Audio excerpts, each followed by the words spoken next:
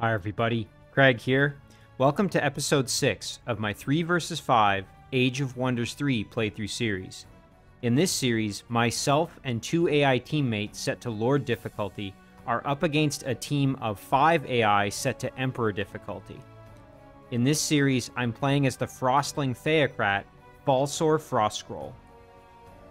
In our last episode, we continued to kind of focus on expanding, and we also were able to really get our rogue hero over to where our allies are, and we've actually done a little bit of exploring here on some of the, I guess, sort of surrounding area. You can see here we've managed to land on this little island that's kind of peripheral to the domain where my allies sit, and unfortunately we've had this marching kobolds event come up on the horizon, and that's going to cause a real problem for us, as it appears that our cities are most likely going to come under attack from marching bands of kobolds. So that's something we're going to have to prepare for in this episode. So I think we're going to focus on really reinforcing our defenses and getting ready for that event coming in. I think that's going to really have to take priority. In addition, in the Shadow Realm, we had a very interesting development last episode. We were very, very lucky to acquire a brand new hero here, and this is a Shadow Elf Dreadnought, who is, again, very, very important for us and is going to make a huge difference. So we're going to try to really keep control of our cities, shore up our defenses, and keep things going. But before I dive into the episode, I did just want to give a couple of quick shout-outs to a few individuals who left some excellent comments on the previous episode. The first of those comments is from Death. Death mentioned that I should focus on producing more martyrs, especially now that I'm going to very shortly have Exalted Martyrs researched. And again, just for everybody's reminder here, what this means is that martyrs will gain experience 50% faster, and upon reaching gold medal, they will actually then evolve into Exalted. And of course, the Exalted is a tier 3 unit that is unique to the Theocrat class, so very excited about that. And even more reason to have martyrs available in my cities where I'm able to make them. That is going to help me with city defense as well. Death also pointed out that Quick Dash, which is the spell I've been using with my rogue to really kind of act as my only main source of healing for my rogue stack, in addition to restoring health, it of course also restores movement, and so I could use it a little bit more effectively in battle rather than just relying on the healing benefit. I could also focus on using it to restore movement and potentially extend a battle turn for one of my most powerful units in the stacks. Just a good reminder there from Death. The next comment here is from Insert Username. Insert mentioned that Dreadnought hero I was talking about earlier, the Shadow Elf Dreadnought, is going to be even more useful for me as a Theocrat, because of course I'm going to eventually have access to Shrines of Smiting, which are technically a machine unit and therefore require a repair ability, and thankfully my Dreadnought is going to have access to that. And I didn't even think of that when I actually recruited the hero. I was just happy to have a hero that was in the Shadow Realm at the location where my city was coming under attack. But this is an excellent point from Insert and very, very useful for me going forward. The next set of comments here is from Nolan Cook. Nolan mentioned that I should definitely consider raiding this Lost Library, as that's going to give me access to one of my currently unresearched spell options. And I think that's a great point, not to mention that it's probably just worth doing because I really think I need to get back from kind of exploring over here back into the main area. And I think the rogue army is now probably strong enough to handle it on their own, especially if we can get maybe just a little bit more health for a few of these units as we move across a few more turns to get back there. I had also considered potentially sending my main stack here led by Falsor along with my Warlord over, but I just don't think that would be as good an effective use of their movement and time. I think it would be better to either keep exploring with them or perhaps retreat back to my Dwarven city and head underground.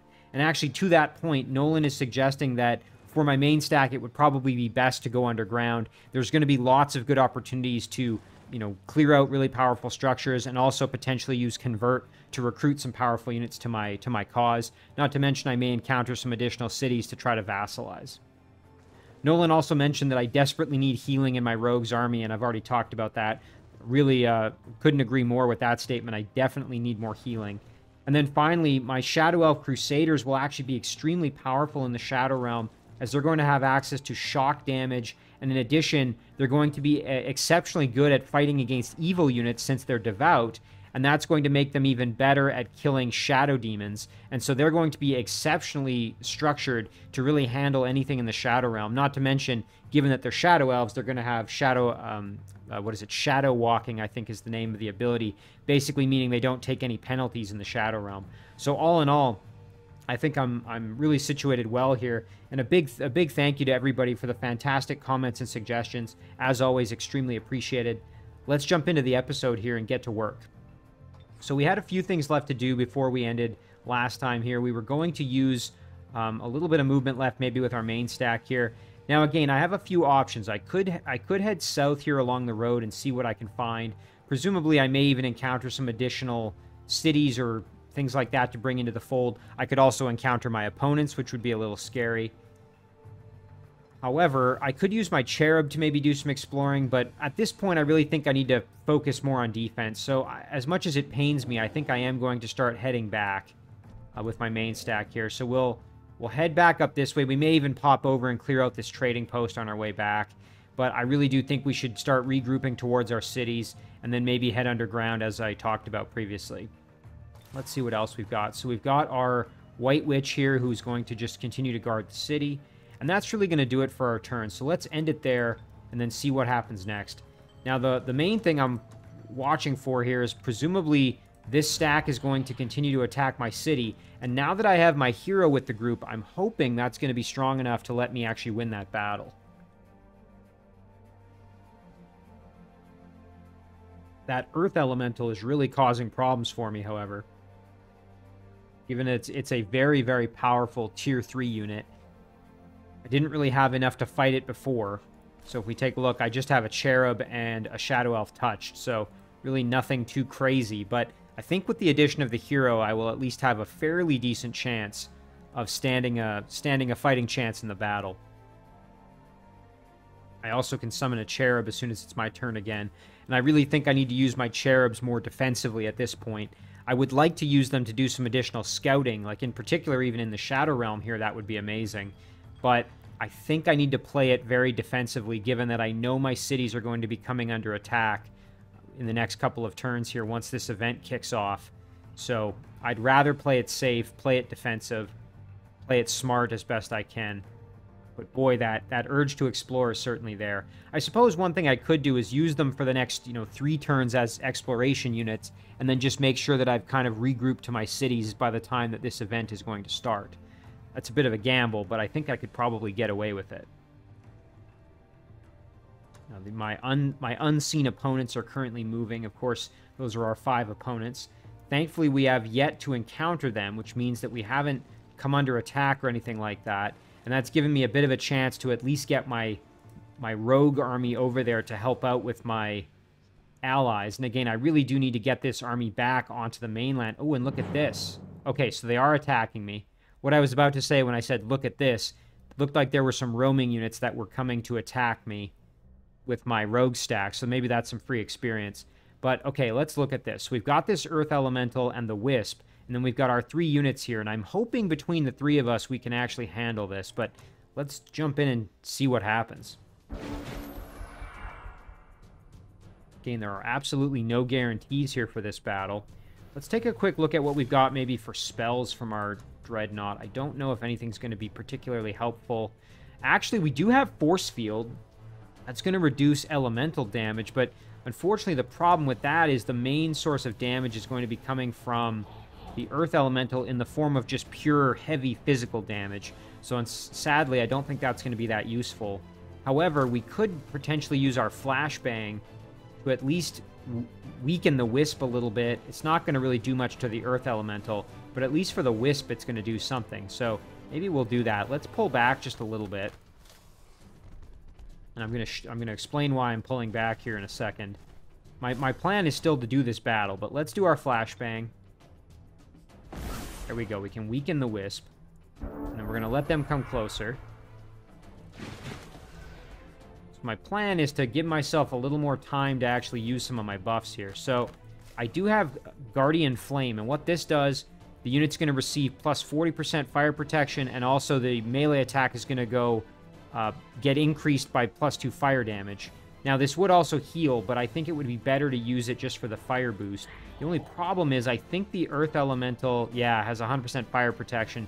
So actually, in the end, it's not really going to matter. And neither of these units is doing fire damage. So actually, I guess not really all that helpful. Maybe I'll save it for the healing after all. We can't cast Flashbang anymore. We could use Smite. That would be a fairly decent way to do some damage to this Earth Elemental. I think I'll save it for when it's not in defense mode, though.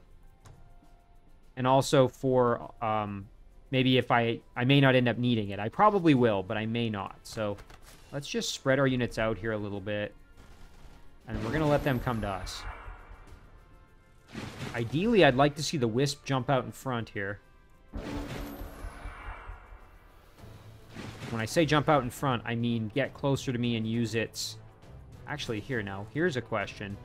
What if I were to... Shoot, that's not enough to get the kill.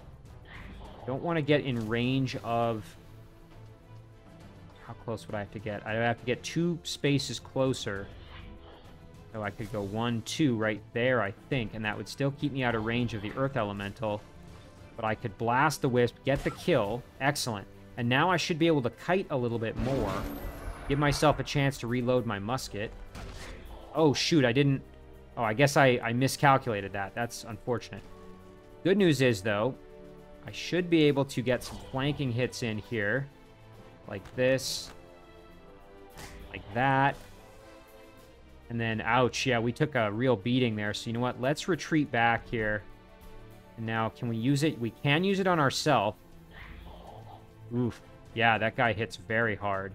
You know what? Maybe it would be best to actually use Smite here. We've got pretty good odds of it landing. We're going to drop a heal on ourselves. And you know what? Let's throw a Smite on just to be safe. Okay, a little bit. We didn't get the full damage, but at least it helped out. Oh, and I forgot they have regrowth. Shoot. Okay, we did lose our touched. However... Cherub now. Actually gonna do this. Hope we don't get... Oh, and he almost killed us, but not quite. And we should be able to get the finish here. Perfect. Okay, there we go. So we won the battle. We lost our Shadow Elf touched, but thankfully we were able to get the kills. And now we do have our little Ice Scraper here who's going to join in the party. And we have a new Shadow Elf Martyr who's going to be able to provide that Absorb Pain boost to our Dreadnought. Maybe we can use the Dreadnought as a bit more of a kind of upfront fighter type unit. So let's get over there. Let's see now. Look at this. So now that that unit is not in our domain and causing us problems, we're going to be able to produce units more quickly. So in this case, why don't we get ourselves a Crusader? That'll be our upfront fighter that we can combine with our Martyr's Absorb Pain. That's going to be very useful. So we'll grab the Shadow Elf Crusader. Now, let's do our race governance here. We've gotten a little bit better at governing orcs, so we can upgrade our Greatsword and Impaler units with extra melee damage, or improve our ability to make war halls. They'll be a little cheaper. I kind of like this upgrade better because I really don't anticipate having a ton of Greatswords and Impalers. So let's go for the economic boost, making it a little easier to get that Warhall going. We have leveled up Falsor, which is excellent. So he is now level 8. We could grab Holy Champions. That would be an excellent upgrade for him at this point, I think. But one thing I want to just double check, because I always forget. Let me go to the Tome of Wonders and just double check when my Theocrat is going to get access to... Right, okay, so Divine Justicars is at level 10. This is the big upgrade that I'm waiting for. This is going to provide me with the ability to give all of my units in the stack Resurgence, and that's an extremely powerful upgrade. Otherwise, I'm not too concerned. Yeah, I think we'll be fine. So you know what? Let's grab Holy Champion. We'll be level 8, and then when we hit level 9, we'll save the points for when we hit level 10, and then we'll be able to grab. So what this is going to do is give all of our units Holy Champion. There we go. And just to remind everybody, Holy Champion means that your units do 5 extra fire damage against undead, monster, and dedicated to evil units. So this makes it a lot easier to clear out structures, fight against the undead, of course, and also anything that's evil. as mentioned. All right, we're going to head back with our... Actually, you know what? We've got a couple of turns here, so let's at least do a tiny little bit of scouting. Okay. Nothing too crazy there. Let's jump back. Again, we want to stay close to our city. Now, in Roghan Dur, I think we're probably going to want to just maybe produce another dwarf here. Prospector, just to help out with city defense. We can also eventually send him underground to do some mining. We had done that previously, and of course that poor dwarf we sent underground ended up getting killed off by some roaming units. It was less than desirable. We've got a trading post here with some... Ooh, look at this. We've got some Tigrans here. Now, a Tigran Muse would be kind of cool to get a hold of. I believe the Muse, yeah, has minor bard skills. Also has spirit attacks. Decent unit to kind of help improve a stack with additional... Also has Inspiring Aura, so additional morale-boosting effects. Also gets Lion's Courage at the elite rank. Not to mention Men Magical Being, which could actually go well with units that are summoned. I also wouldn't mind maybe getting this Tigran Dawn Warrior. And this unit can evolve into a Tigran Phoenix Guard, which is a tier 3 pikeman unit. Very powerful. Has a Sun Shield. Ooh, I would love to get. So this is the one I'm going to target, I think, the Dawn Warrior. Now, it's tough to recruit these Tigrans with Convert because, of course, they have that spirit protection. But we're going to give it a shot. You know what? Maybe we'll even clear out a few more of these structures since we're here anyway with Falsor stack. I want to keep getting them experience, so... And then eventually we can turn around and head back and head underground to defend our city. But for now, since we're here, let's just raid these structures. Okay, now our Martyr can use Absorb Pain on our Warlord, I think. And again, this is an extremely powerful combo, as was mentioned in the comments. The combo of throwing the Martyr's buff onto an already very, very powerful Warlord hero is extremely good. You know what? We're even going to buff him further with a Touch of Faith here, because why not? There we go. We've also now got ourselves a Crusader who is going to be very, very useful, along with our Clan Guard. Let's get kind of up front and center. Now, our Nomad Chieftain has the ability to throw Fire Plague. Let's try it on the Dawn Warrior here. Okay, resisted. Alright, they're going to make us come to them. That's totally fine. So what we'll do is we'll move our Crusader up. Move our Clan Guard up ever so slightly. Our Martyr can probably hang back for the most part. We do have to be careful because, of course, they have that increased movement range due to being Tigran. And we also have to watch out because this is a pikeman unit, and we really don't want our mounted units getting in range of that. So I think we will probably keep our heroes largely in sort of the back here, just to keep them out of harm's way. Even our Warlord we will keep back just for the time being. Ouch, we took some heavy damage there. Ooh, that pounce. I actually forgot about that. Okay, and there go the Dawn Warrior attacking our Crusaders, who did a really good job of defending. So now, let's step closer here with our Martyr. Throw some rocks. Now, our poor Chieftain kind of took some damage, so we got to make sure we protect the Chieftain. You know what? Let's step over with our defensive strike here. Hit these Hellions from behind, get a nice big flank shot there for some hefty damage. The Cheetah we can finish off probably with our Warlord, actually. Wouldn't be so bad. Little concerned, though. I don't want this Chieftain getting killed. Now, what is the Hellion? Yeah, 100% fire protection. I think the ranged attack we have does... Oh, mostly physical. Okay, that's fine. So yeah, let's ride over and get the kill here if we can. Perfect. And then, unfortunately, this may not get the kill. We can step slightly closer, however. That should get the finish now. Yeah, no problem there. That's excellent. Okay, now we've just got to deal with the Muse and the Dawn Warrior. So I think first off, I am going to try for the Convert on the Dawn Warrior right off the hop here. Only a 36% chance, but hey, I mean, it's worth a try. Okay, so we didn't get it. Not entirely unexpected. We'll just sit our Crusader in defense mode and let things happen here. Okay, tanking that damage extremely well. Boy, these Crusaders are tough. That's really, really nice to see. they can sure take a lot of damage. Now, Falsor here is going to drop a nice big healing boost on our Nomad Chieftain.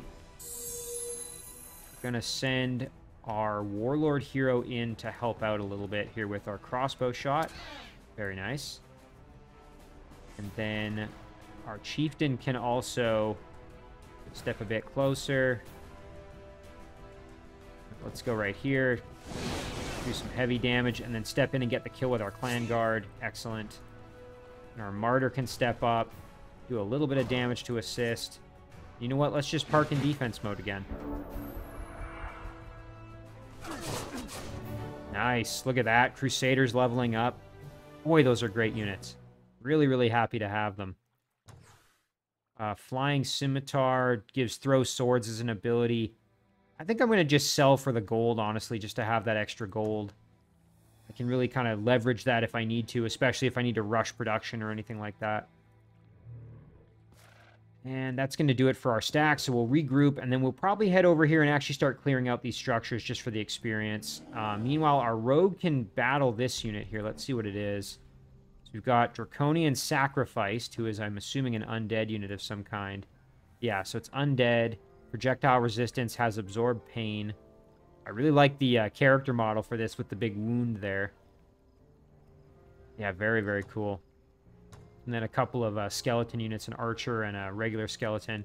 So this will just be some good free experience here. And maybe a chance for us to level one of our units up. Or I should say heal up. I'd like to get some more health back. Especially if we're going to head over and try for that. Transfer pain on the archer. So we want to see if we can get rid of that archer. The Glavesman can get right in there and do some heavy damage. Actually, this is where our Flamer is going to really come in handy. Okay, so let's step our Flamer up. Oh yeah, look at that big damage. Excellent. Now, the Vampire Hunter also has Turn Undead, which might be useful in this battle. I think our Glavesman we can get right up in there if we really wanted. Let's go like this. Oh yeah, we can do some pretty hefty damage here. Let's do that. And of course, it's being absorbed by the Sacrificed, but that won't last much longer. Our Whaler can actually step up a little closer here. Go for the immobilizing hit. Actually, let's step even closer. Let's see if maybe we can immobilize this skeleton. Nice, we got it. Okay, that's huge. It's going to make things a little easier. Very nice. Mammoth Rider can charge right in and cripple them. Try to cripple, actually do some big damage. Oh, look at that. One shot. Amazing. Vampire Hunter can step up. Nice, there's that kill. But unfortunately, we may not actually get a chance to use our... Nice, okay. That actually is good, because now we can use our heal. We're going to use Quick Dash. Probably on our... Thinking probably on the Vampire Hunter.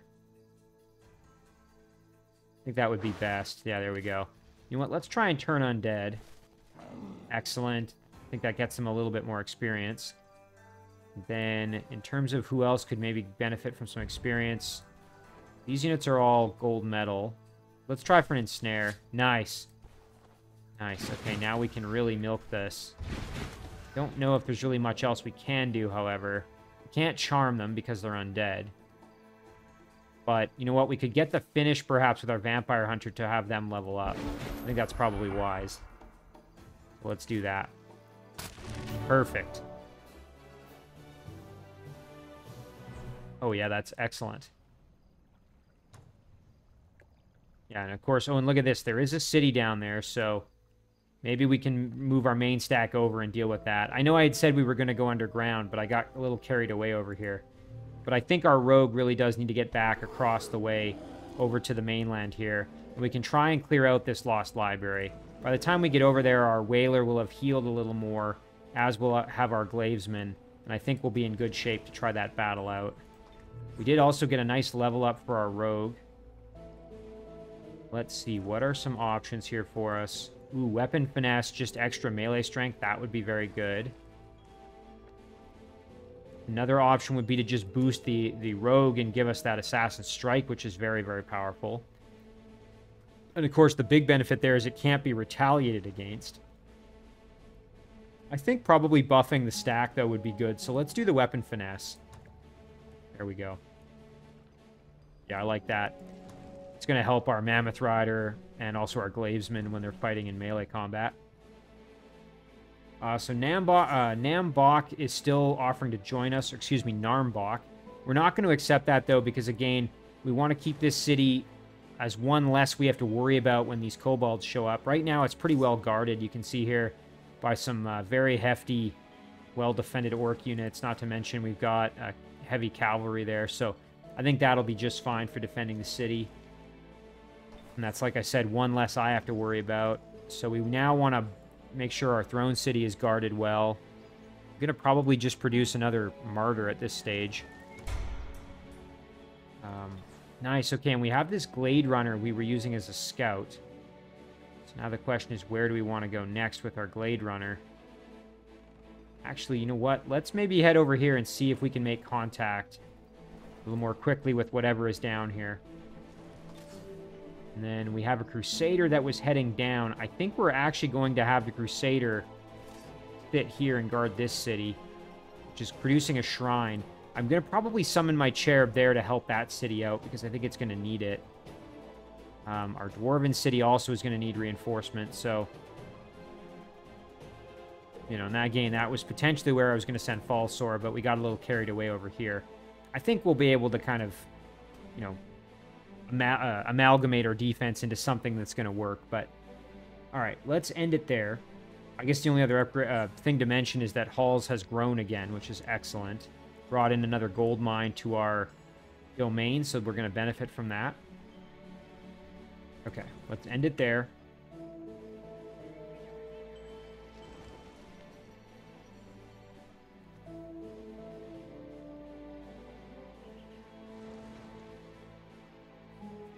Now, while the turn is flipping over, we should think about what else we need to do. So, Brunsund is also going to need additional defenses. We're working on a storehouse right now.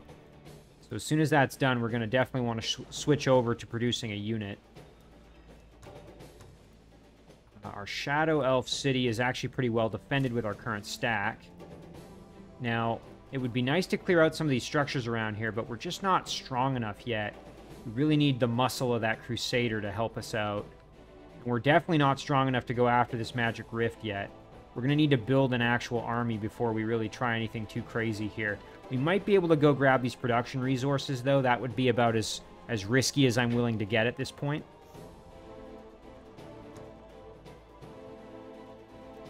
Although we, again, have to be very cautious because that Magic Rift could produce more units at any time. They could also come out here and attack Brunsund, which would be not so good for us. This Marching Kobolds has really kind of got me on the back foot a little bit. Alright, nice. The chicken has arrived for my rogue, so that's another ranged option there. Very good. Oh, and look at this. Narmbok offers a tribute, either gold or a small army. And you know what? In this instance, I will take the army. Nice. Look at that. Okay, we've got an Orc Stomper. This is a Orc unit riding an elephant. Has Warcry, Dwarf Slayer, Goblin Slayer, Halfling Slayer, Devastating Charge, Wall Crushing. Victory Rush, obviously, is an Orc. Very cool. Bit of Frost weakness there. Otherwise, though, very, very cool unit. And then we also have ourselves an Orc Spearman.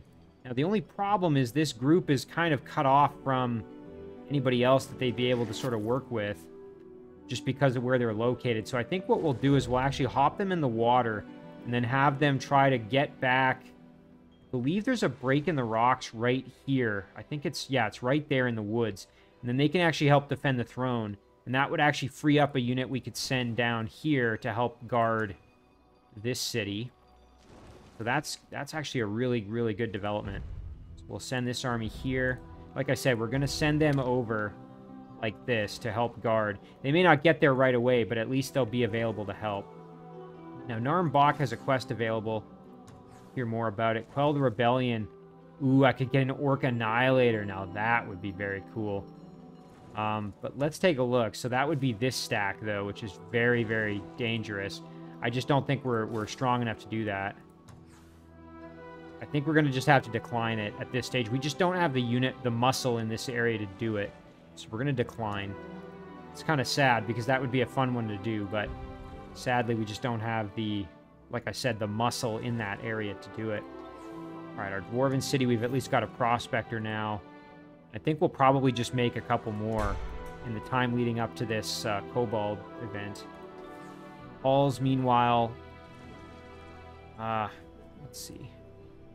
Probably need another ranged unit. It'd be nice to have maybe like a Lore Keeper or a White Witch, but might be better to just have some more Martyrs. You know what? Let's go for a Lore Keeper here. And then, yeah, Brunsund, as soon as this is done, we're going to go and get a unit out of it as fast as we can. Let's do our scouting over here. Okay, so we want to make contact with this as quickly as we can. The next turn, we will jump onto land. We'll send this little unit back to our city to help reinforce.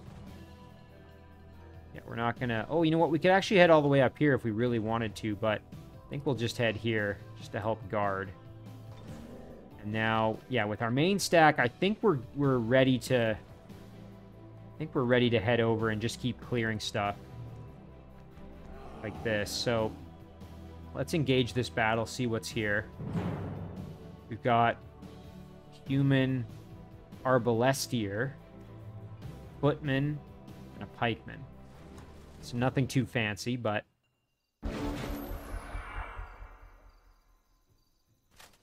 pikeman obviously has polearm there, so we've got to watch for that with our cavalry.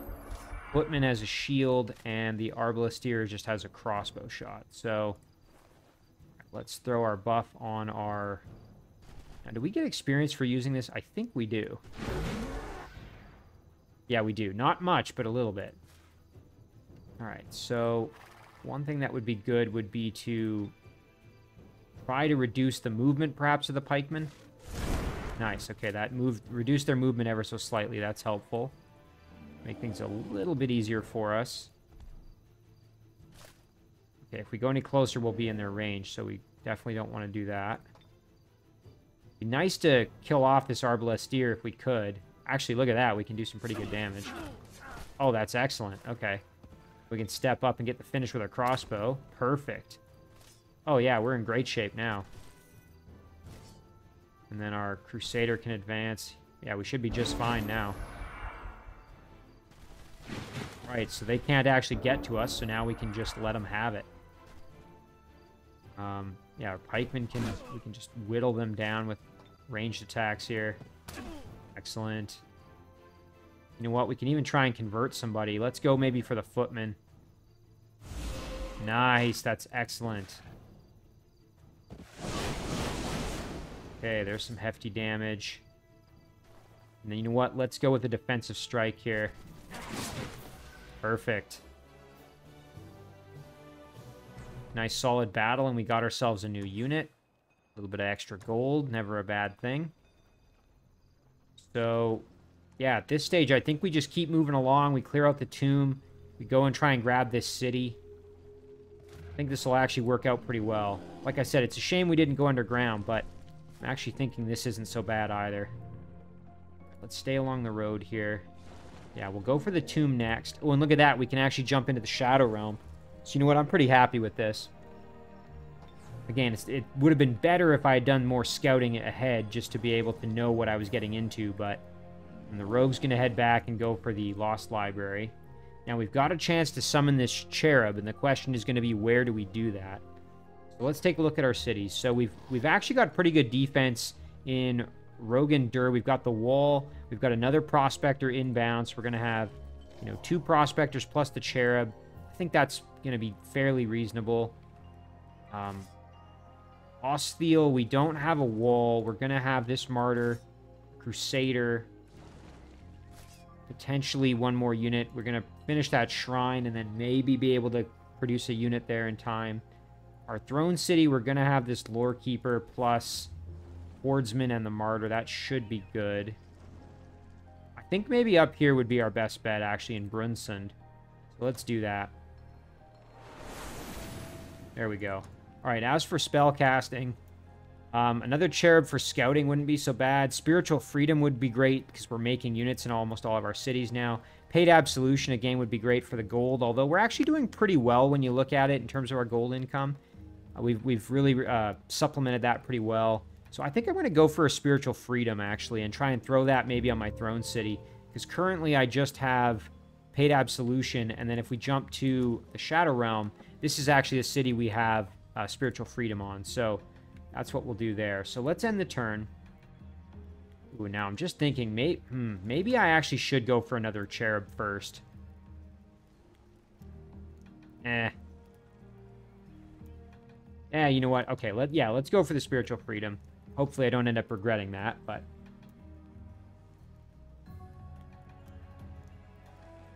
I really don't know how strong these Kobold forces are going to be, so that's going to be kind of the big variable here, is just how strong are their armies.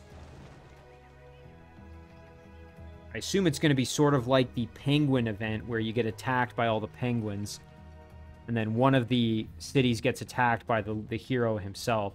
So I'm guessing it's going to be something to that effect. So I actually do need to probably reinforce my throne city a little bit further. Again, I have these orc units coming in to help, so that hopefully will be in time.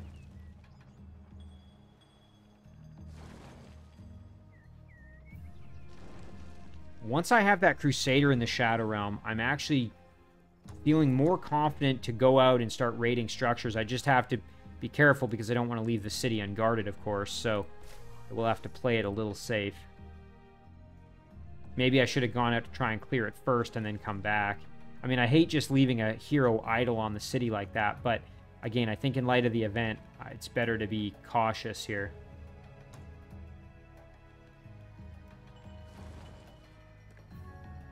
Let's take a look. I haven't really been looking at my allies' cities, but I mean, really not well defended, so presumably they're going to run into some trouble when this event lands as well.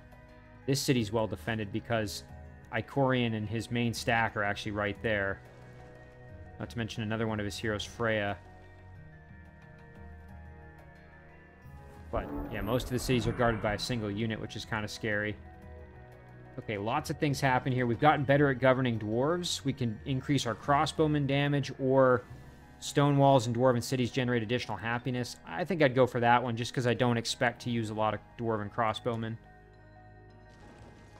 We had an item arrive. Nice, the short sword for our dreadnought. Not that it makes a huge difference, but hey, every little bit helps.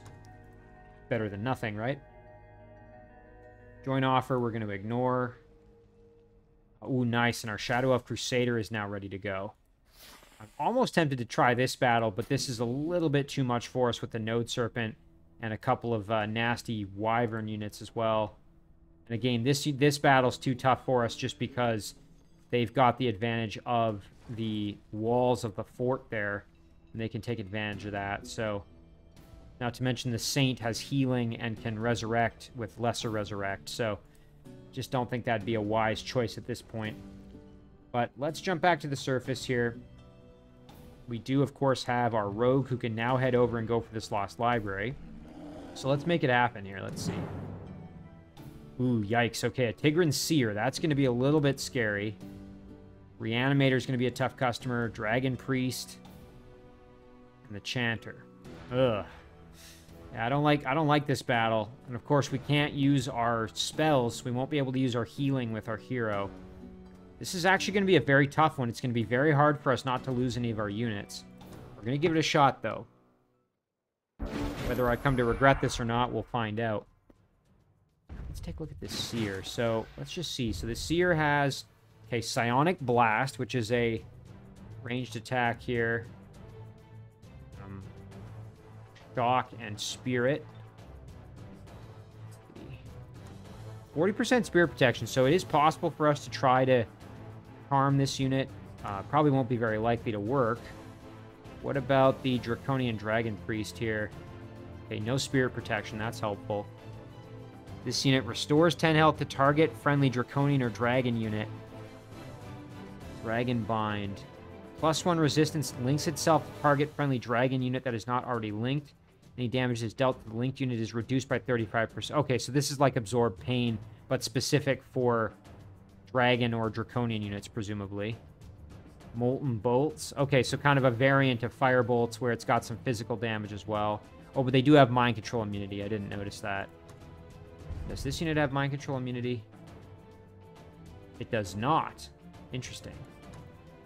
And then, of course, our Chanter and our Reanimators. Okay. So we're going to have to try and play this one smart, that's for sure, because this is going to be a very, very difficult battle for us, I think.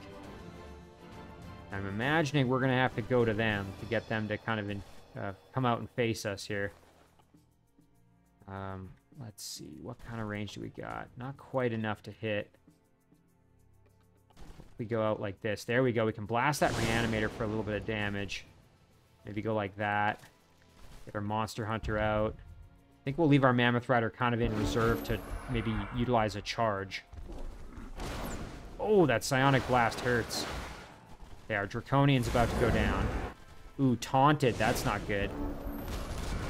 Alright, so he's just going to charge in and attack. That actually worked out pretty well as we almost took out the Seer. Let's see. Now...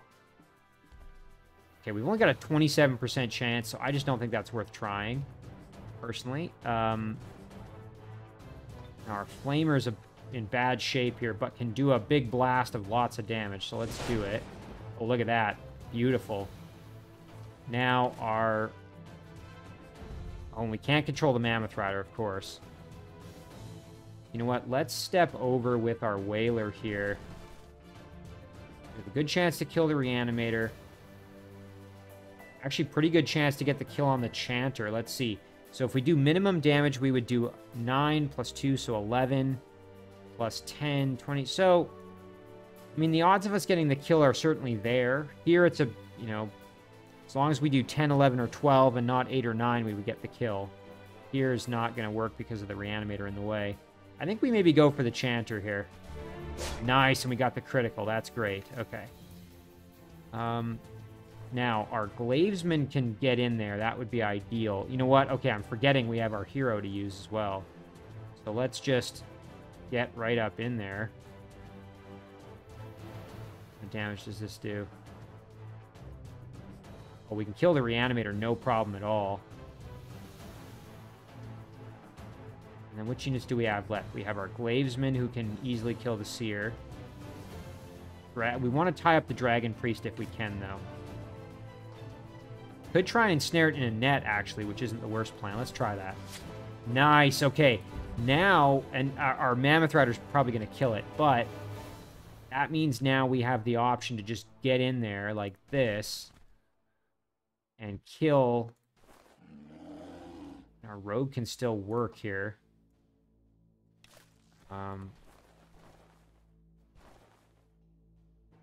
Let's kill the Reanimator.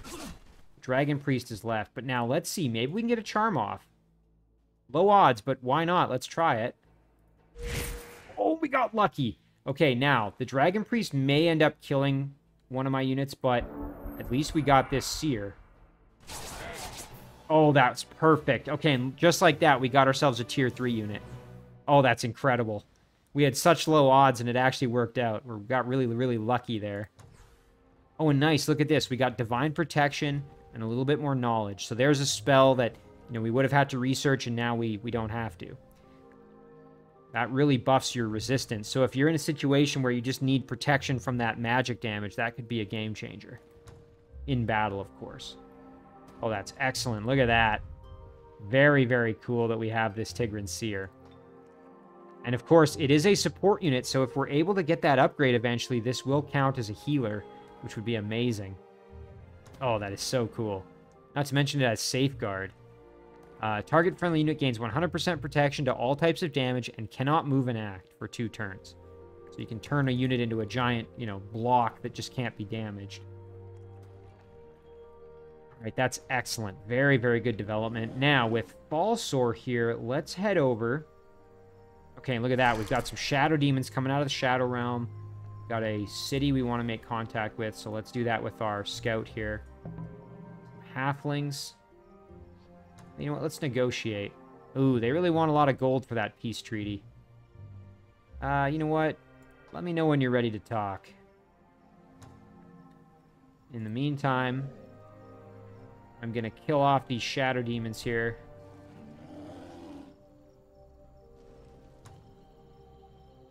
Let's go like this. And then we'll head over and clear out that tomb. And we should make short work of these guys, given that we are good at killing evil things, and these shadow demons are evil. Now our martyr can step up, throw a rock. Nice, level up there.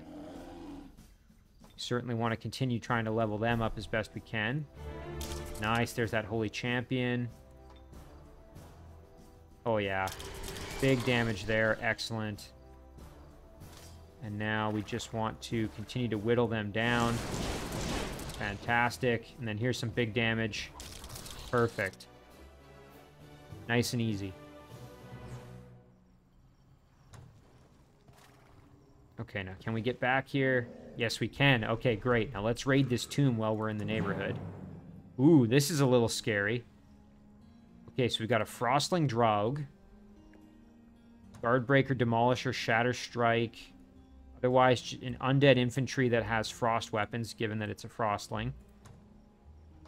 The Tigran Queen of the Lost. Now, I remember getting one of these in my previous Tigran Necromancer playthrough, and I was very excited to see this unit in action. It has Raised Corpse, Spirit Blast, Control Undead. This one's Embalmed. It's considered a support unit, so it gets healing when you're the Necromancer if you get that right upgrade. Yeah, really cool unit. Quite like that. But we're going to have to deal with it as a opponent, so let's see if we can handle this one. I think we should be all right. We're just going to have to be cautious. Use our buffs appropriately. Okay, they're getting real aggressive here, so that's all right. We just have to be careful. So we're going to throw our buff on our Warlord, of course. I think what we're going to actually do is jump back here, continue to buff him up as much as we can. And then we're going to step over to just provide some guard for our hero, actually, like this. Meanwhile, our chieftain can back up. Oh, and of course, this won't work on undead, so that's not going to be of help for us. And what we're going to do, I think, maybe is park our hero maybe right out here to just take some of that damage. Alright, let's see what happens here. I'm a little nervous, but I think it'll be alright. Oh, ouch. My hero getting really lit up. Ouch! Boy, we really took a beating there. Falsor got kind of mangled, actually. So you know what? We're going to retreat Falsor back like this. We're going to drop a nice big self-heal just to keep us nice and safe as best we can. And then, you know what? Our Crusader can move in to tie up the Queen of the Lost. Got this Draug who needs to die, but that's easy enough with our Clan Guard here. I think should be able to handle that. No problem at all. Right, what kind of damage can we do here? Actually, pretty good. Not bad at all. Let's do that. Yeah, there we go. That's actually big. Then, oh, now here we go. You know what? If we go like this, we can get a nice flank hit for, oh, incredible damage and almost the kill outright. Then our Crusader could step over and just finish off the Queen of the Lost. No problem at all. Let's do that. Excellent. And now our hero can charge over and attack the Bowman. Perfect. Okay, flanked our Crusaders. That's totally fine. Let's see. Who needs the health? The Crusader probably the most. So let's move in and buff our Crusader. Fantastic. Clan Guard can step in behind. Do a nice defensive strike. Nomad Chieftain can get the finish.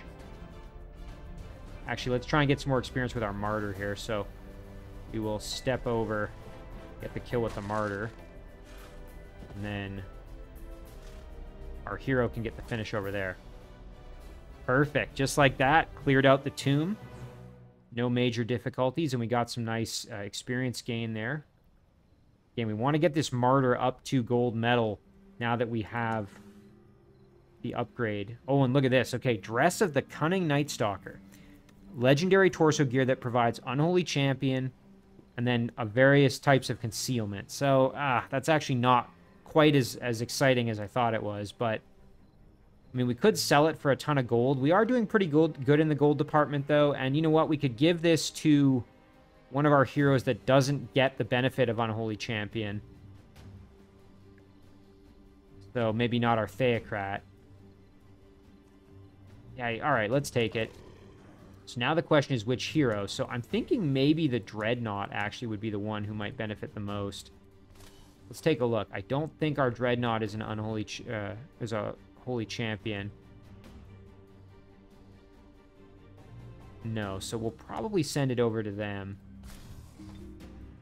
Just jump back. Oh, and I didn't read that closely, so it's actually Unholy Champion. So we already have Holy Champion with this group. You know what? Let's give this maybe actually to Ultmar, who's going to be, again, one of our main melee fighters here. That's just going to make him that much better against Animal Devout Fae. And he's already a Holy Champion, so now he's both Holy and Unholy. So he's a Holy Champion. He's also an Unholy Champion. So that's really good for him. He's going to have a benefit against pretty much almost any type of unit we're going to run across. It's excellent. Yeah, I didn't read that closely enough. All right, let's see what else is going on. We did get our level up here with Falsor, which is excellent. Remember, at level 10, we need to save 10 points. We could go Vial of Poverty, but I want to save the upgrade points so that we are ready to grab Divine Justicars when we hit level 10. Healing Aura is kind of useless given our amazing healing capability with multiple healing abilities. I suppose we could just buff his stats a little bit, maybe. Give him a little bit more health and defense. Yeah, there we go. I think that's going to be good. We'll save the rest. We have... Oh, nice. Our little settled village is now actually a village, so that's great. We got going on. We produced another prospector. You know what? One more just for the extra defense. And once we're done with defending, we can send them underground to do more mining. Try and get some extra gold income. I'm actually quite happy with our gold situation at the moment. We can produce an ice scraper here, and I think we should just until we really have things under control given this pending situation. And we're about to have the Lore Keeper ready to help. Up here, Brunson, we're going to do the same with an ice scraper.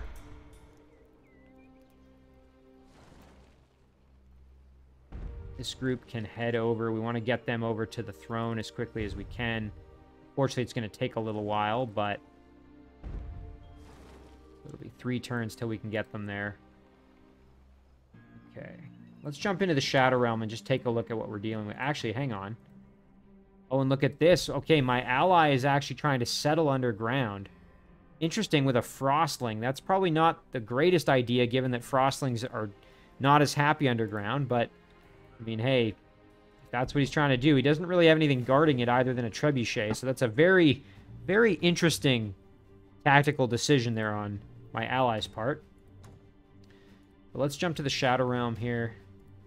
Okay, so here's our city, and again, we've got a fairly decent stack now, but I really do need to play defense. That's the sad part.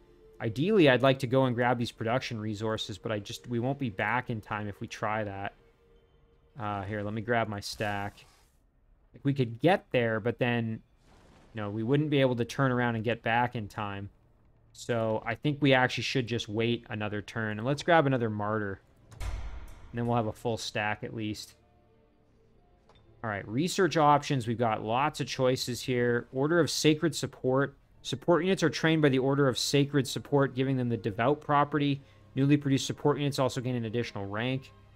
I mean, again, I'd really, really like to get that healing upgrade where my support units produce, or excuse me, my support units have healing. That would be ideal. Magic Barrier would be a great upgrade for my Crusaders, because they have shields, and that would just give them 2 extra resistance against non-flanking attacks. So that would be huge. That would be a massive upgrade for them. Order the Templar Knights. Again, this one is kind of one I need to get rid of eventually. One thing, though, I could spend this on Divine Channeling to have that go faster. Or Dispel. I think what I'll do is I'll actually spend the points on it now. And then I can switch from it to something else, maybe.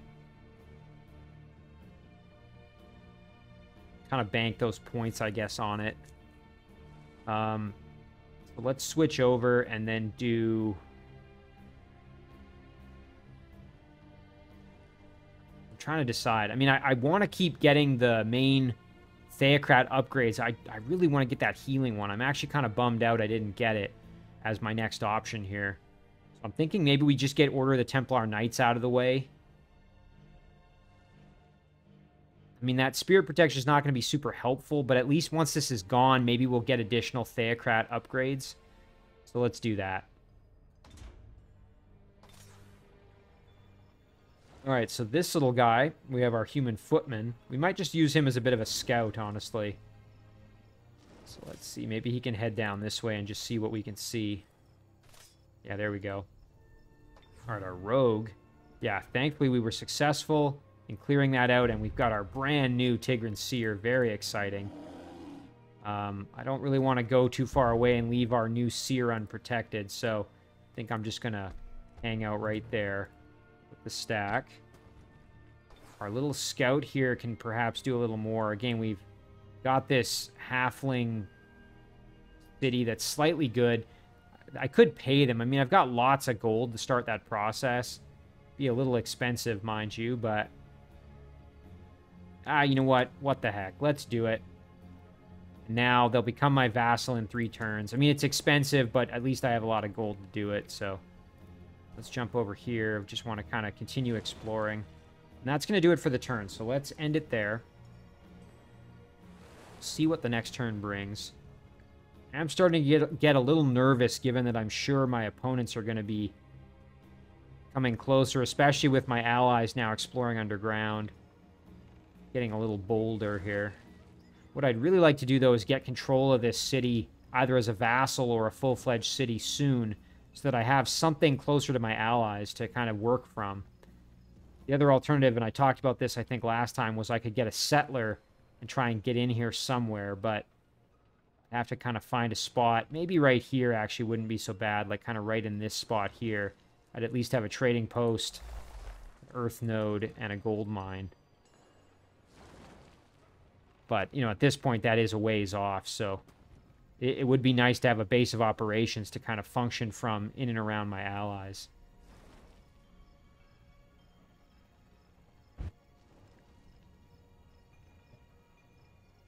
Boy, though, having that tier 3 support unit is going to be a game changer for my rogue. Especially if I can eventually get that upgrade like I've been talking about to give support units the healing ability. That would solve 2 of my problems. Be interesting to see what this does. I'm pretty nervous, but you know, if it ends up that these units, you know, aren't as strong or don't threaten my cities as much as I'm thinking they might, you know, that'll be actually really, really good. I can breathe a bit of a sigh of relief then.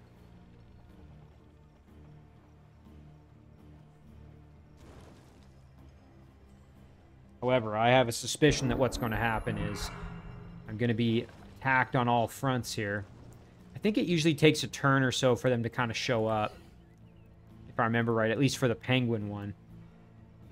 Okay, we've got the joint offer we're going to ignore. Spiritual Freedom's ready to go. I think we'll just throw that on our throne city here.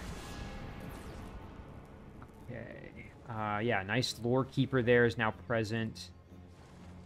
Got our new martyr. Okay, so this stack is now full and kind of ready to do some damage. Again, our Crusader, and again, our Crusader actually having been produced in this city does have the benefit of Meditate, which is really nice.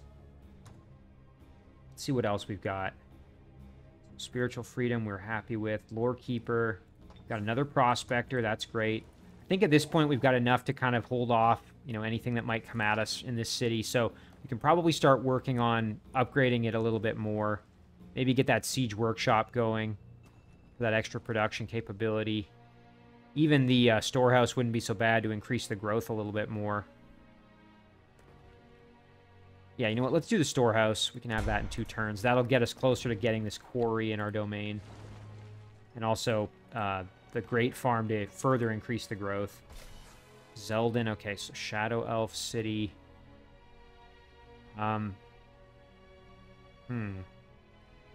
So we could do a lab. That would be great for extra knowledge. But I think we probably want to continue to make units, so let's grab another martyr. I say that because if we can get a few units to guard the city, then we can actually have this squad go off and, be more aggressive here. Because I really don't like them just sitting there. It's not a good use of my hero. I need to start getting him some experience and making a dent in the Shadow Realm. Let's start working on another Cherub. And then we'll also maybe do the gold buff, Paid Absolution, after that. All right, back to the throne here. Let's go with another Lore Keeper, actually. And then our Rogue. Okay, we can do some work with the Rogue now, especially with the Seer now in our possession. So I was almost going to say, one of these units we could break off and have them be a bit of a scout for us, like the Draconian maybe, or... Well, I kind of like most of these units, actually. So maybe the Draconian, even send them back to help guard a city or something like that. What I'd like to do is have the Seer join in the main stack. Actually, we could head over and clear out these wisps for them. You know what? Let's use the Draconian as a little bit of a scout. See what we can see up here. Okay, so that looks like it's pretty much a dead end. We would clear this out. I think there's an inn there that maybe we could clear. So, yeah, let's try that. All right, we'll head up there with the Rogue. Go like this. Like that. Clear this out. Okay, they're going to give us the chance. We'll let them run for the good points. Problem. And then let's jump over here. Next turn, we can go clear out what's guarding the inn. And you know what? We could even hop in the water, head across, and head up to the throne city of our ally here. Maybe clear out this watchtower. And once we're in the domain of our ally, we can help him clear out some of these structures that maybe he hasn't yet. That would be great. So, yeah, our Rogue is now doing a great job of just kind of assisting and augmenting our allies. Which is exactly what we need. Our little scout here... Guess can do a little more scouting in our... Oh, and look at that. There's a lost library in the domain of this city. That would be kind of nice to get our hands on eventually. Let's jump back over here. Another lost library there. Good things for us to explore. I do have to be careful. The further south I go, the more likely I am to encounter one of my opponents. So I am going to kind of just detour back this way. I want to check out the Shadow Realm, so I think what I'm going to do, actually, is turn Falsor around and actually head straight for the Shadow Realm here. While we're moving through, let's just peek our head in and see what we can see.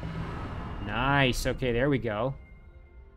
Let me know when you're ready to talk. And you know what? Sure, I'll spend a little bit of gold, start that process. They want to become a vassal in 3 turns, absolutely. You know what? We can even do some battling while we're here. Step over. And clear out these Archons. I think what we'll do here is we'll try and win a few battles here while this turn is still going, and then we'll end it and call it an episode.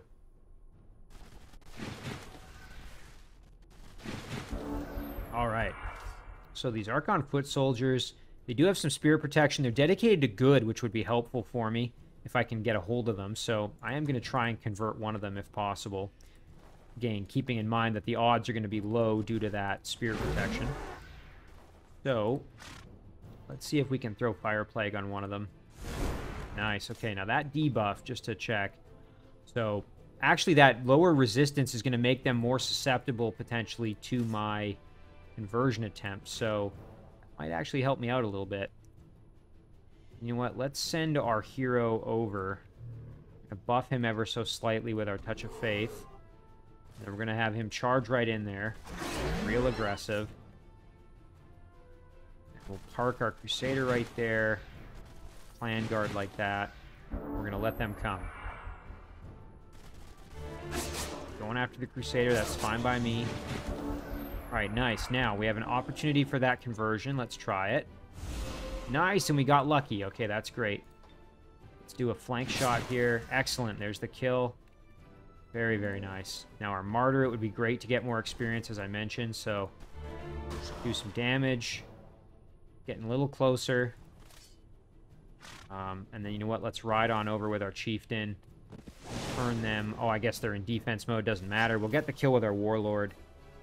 Just like that, we have ourselves a nice Archon unit to help us out. A little bit extra gold as well. And then this stack now needs to die. So let's step over like this. Engage the battle here. Get rid of these pesky roaming units. We've got an Assassin. That's a tier 2 unit. Wouldn't be bad to get our hands on. Shadow Elf unit would be helpful in the Shadow Realm. So let's see if we can make that happen. Just gotta tank those crossbow shots, no real worries. Hop on over, do our Transfer Pain. Actually going to throw Bestow Iron Heart on here. Charge right in for the Scoundrel. Obliterate them with one shot. Absolutely devastating. Try and debuff the... Okay, so it didn't work, but that's fine. Put our Clan Guard out there. Crusader. We're going to let them come to us. Ouch. Ooh, that Assassin Strike did a lot of damage. Almost killed our Martyr. Thankfully, we survived it. Head over with our Crusader and turn him around. Actually, what I should have done first, I didn't think this one through. Let's go for the conversion. It failed. So what we will do is just kill them this way. No problem. And then now, other 2 units here should be able to... Oh yeah, just one hit them. No problem. Perfect, okay. Yeah, lots of stuff to clear out around here. And we can try and get this city as a vassal. That would be very good for us.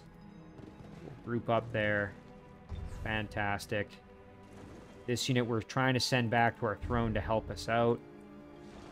And that's going to do it for our turn. So I think we will call it an episode right there. So maybe not the most exciting developments, but the good news is, as you can see, our cities are now a little bit better defended. We've got at least, 2 or 3 units in every city. It'd be nice to have another unit in the throne. I'm a little nervous about that, actually. But we've got units on the horizon here about to join us.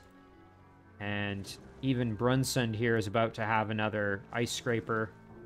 And then obviously our Shadow Elf city is probably really... I would have liked to have get this Dreadnought into action more quickly, but I think playing it safe was the right move. And now we've got a good stack here to support this unit, along with the Crusader, who's going to be an absolute beast.